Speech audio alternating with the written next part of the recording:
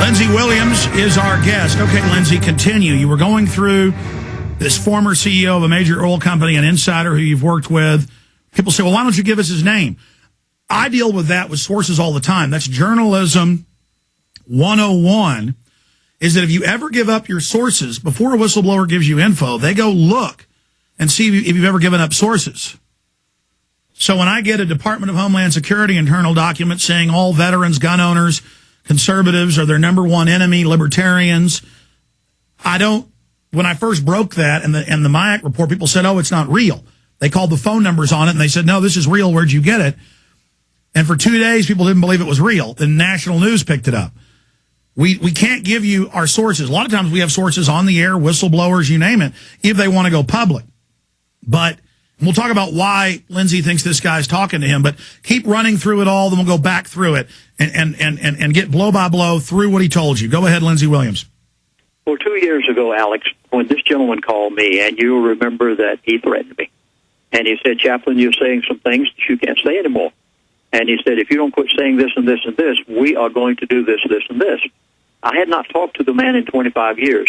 I think it's satisfactory to say that after he and I agreed to agree, and he said the price of, and then I said, by the way, how's your family? Where have you been living? What are you doing?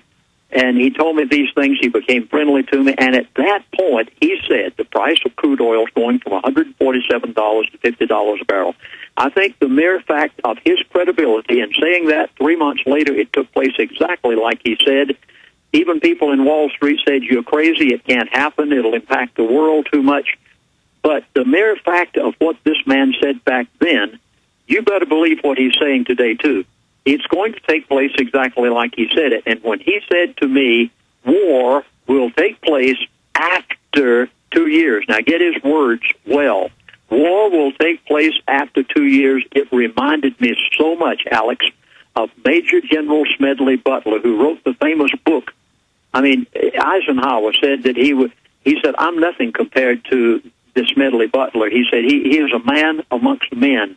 President Eisenhower said that about him. And Smedley Butler wrote in his book, he said, war is a racket. It always has been. It is possibly the oldest, easily the most profitable, surely the most vicious. It is the only one in which the profits are reckoned in dollars and the losses in lives. Only a small inside group knows what it is about.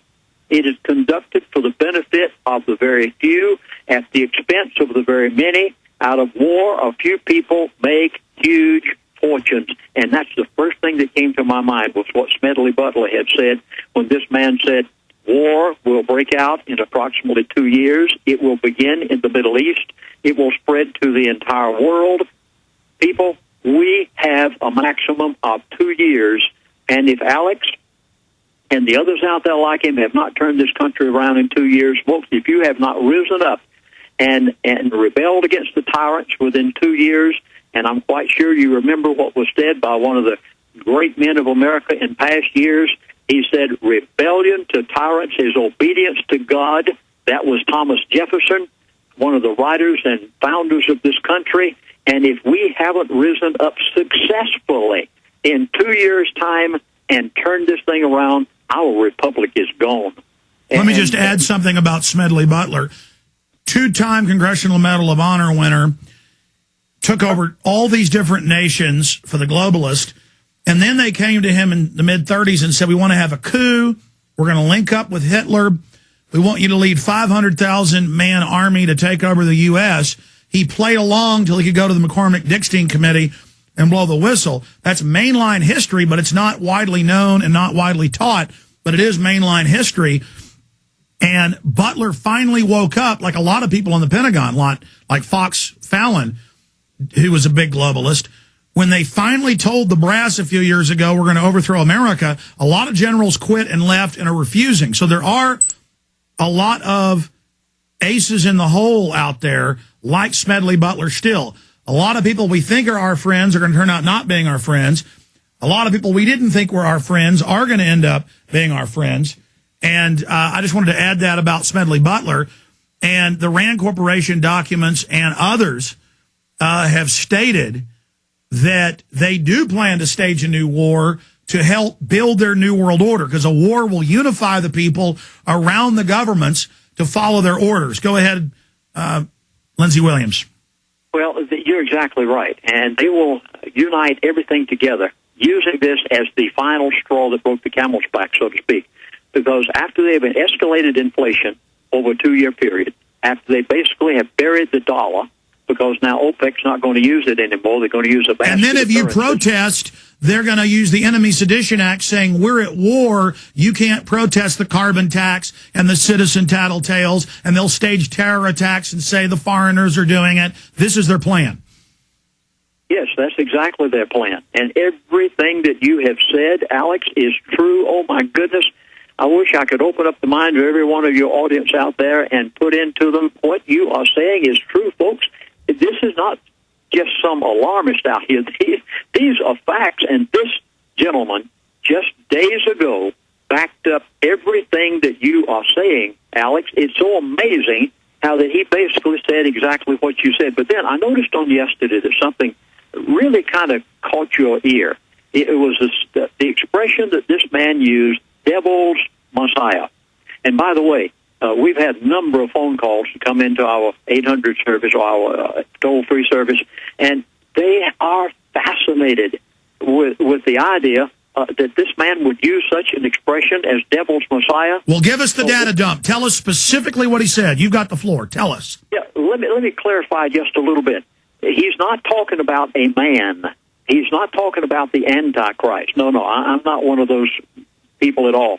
This isn't what this man was talking about. This man was talking about a system, a spirit of deception that they have used over a period of years, and he went back and gave some things that I was appalled that he would give. In fact, I'm even wondering where this man that gave me this information, if maybe he hasn't had some change of heart as far as his... Well, specifically, word for word, tell us what he said. Yeah, he said that the elite have taken away America's God. Now, here's what I did. I went back, and I have it right here in my hand right now, the first textbook. I mean, this is how far this man went back and started enumerating. The first textbook ever used by a school in the United States of America was the original McGuffey's Reader. And the McGuffey Reader was written, and the first schools in America that were ever held were established for the purpose of teaching people how to read, teaching them how to read so that they could read the Bible. And listen to just one section here out of the McGuffey Reader. And this is the first textbook, by the way, of the American school. I wish we had it back again today. It says, "Oh, my God, do not allow me to sin. Help me to do as I was told." This is on page 54 of the original McGuffey Reader. He says, "Let me do unto others as I would have them do unto me. Our God can see all we do. God has an ear to all we say. Let all I do be fit for his eye." And it goes on and on and on. He said we had to remove, listen to this, folks, we had to remove the God of America before they could ever conquer the Republic. And then go back and look at Webster's Dictionary. I have a picture of this in my new DVD. Webster's Dictionary, the original Webster's Dictionary was written for the purpose of preserving the language of the Scriptures so that the Bible would always have the same meaning regardless of how much time might change the way the people use the words. And I have a reproduction of the original Webster's Dictionary, big, huge book, written for the purpose of maintaining the language of the Scriptures. They had to remove all of this. They had to take away America's God, the devil's Messiah. And actually, when he spoke of the devil's Messiah, he was talking about the system of what they have done in order to remove all righteousness, decency, and honesty from the government and from the political system of the United States of America.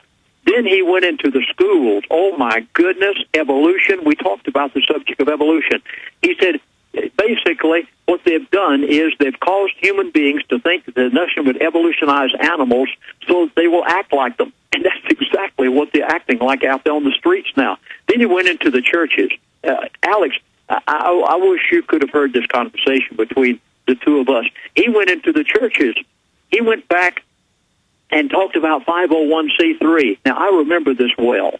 I was a pastor of Grace Baptist Church in Hollywood, Florida, at the time of 1964 when the government came in and said, we would like for you to accept a 501c3 organizational status so that we can grant all of your parishioners who give money to your church a tax deduction for their money. They asked. They said, we'd like to ask you if you'd be willing to do this. Then, about 1966 and 67, they required it. I never took it. As a pastor, I said, this is a trap. There's no way in this world I'm going to accept this. This was a part of the plan of the elite. They had to remove God from the schools, from education. They entered evolution so that humans think they're evolutionized animals. Then they came over to the churches and deceived the pastors in 1964 and 65 with 501c3.